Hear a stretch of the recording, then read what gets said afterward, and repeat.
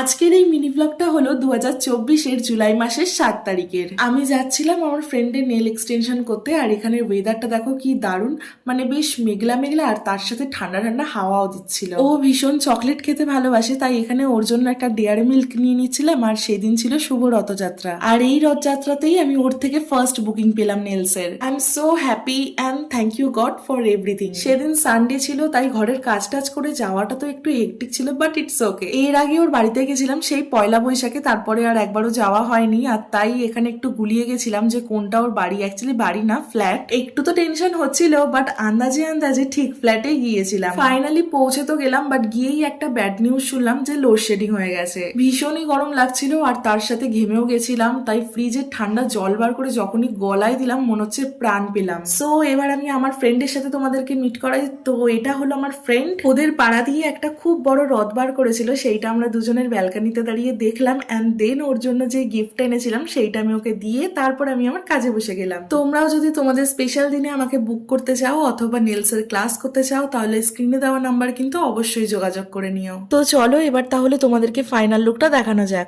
So here is the final look. And ও এখানে French art করেছে, তার সাথে সলিড ব্ল্যাক কালার করেছে। আর তোমাদের কেমন লাগলো অবশ্যই কিন্তু কমেন্ট বক্সে জানাতে ভুলো না। আর তোমাদের সাথে দেখা হচ্ছে নেক্সট মিনি ব্লগে। বাই।